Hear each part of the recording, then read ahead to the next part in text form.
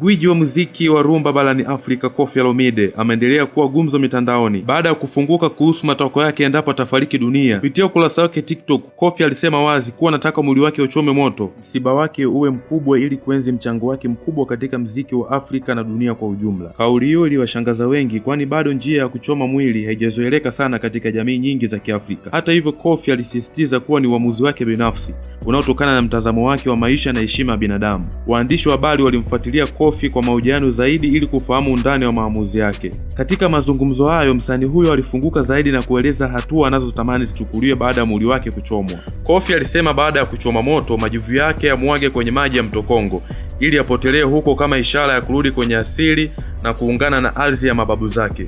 Kwa mujibu wake, mto Kongo una historia kubwa katika maisha ya watu wa Kongo, hivyo angetamani kumbukumbu yake iunganishwe na mto huo maarufu. Ombi la barabara kubeba jina lake. Mbali na hilo, Koffi alitoa ombi jingine muhimu kwa serikali na jamii ya nchi yake.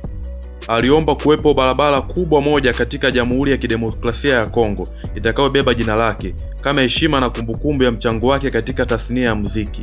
Alisema kuwa waimbaji na wasanii wengine wa Kongwe waliotoa mchango mkubwa wamewahi kuheshimiwa kwa njia hiyo, hivyo naye angefurahi kuona jina lake likibaki hai kwa vizazi vijavyo. Maoni ya mashabiki na jamii.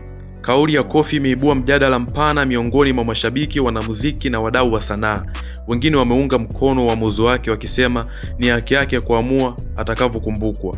Wengine wameonyesha wasiwasi wakidai ni kinyume na mila na desturi za Kiafrika. Wapo pia waliompongeza kwa ujasiri wa kuzungumzia masuala ya kifo na maandalizi ya mwisho wa maisha. Mitandaoni, mjadala huu umeendelea kushika kasi, huku wengi wakitafakari umuhimu wa kuheshimu maamuzi binafsi ya watu mashuhuri. Safari ya Koffi na tafakari ya maisha. Kwa zaidi ya miaka mingi, Koffi Olomide amekuwa mmoja wa wasanii wakubwa wa rumba, akiwa na mamia ya nyimbo na albamu alizoacha alama kubwa barani Afrika. Ameishi maisha ya umaarufu, sifa, changamoto na lawama, lakini bado ameendelea kuwa nguzo muhimu ya muziki wa Kongo. Kauli yake ya sasa inaonyesha kuashiria ukomavu wa fikra, kutafakari safari ya maisha, kujiandaa kisaikolojia kwa siku za baadaye. Kwa wengi ni ishara ya mtu anayejua thamani ya alichokifanya na anayetaka historia yake iheshimiwe hata baada ya kuondoka duniani. Hitimisho. Kwa ujumla, Koffi Olomide ameweka wazi kuwa anataka mwili wake uchomwe kwa moto, majivu yake yamwagwe kwenye mto Kongo, msiba wake uwe mkubwa, barabara moja iitwe kwa jina lake.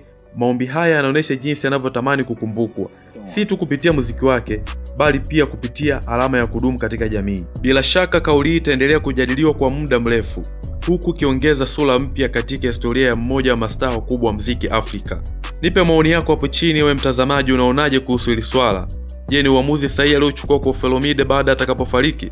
Hakikisha una subscribe ili uweze kupata taarifa nyingi kwa wakati.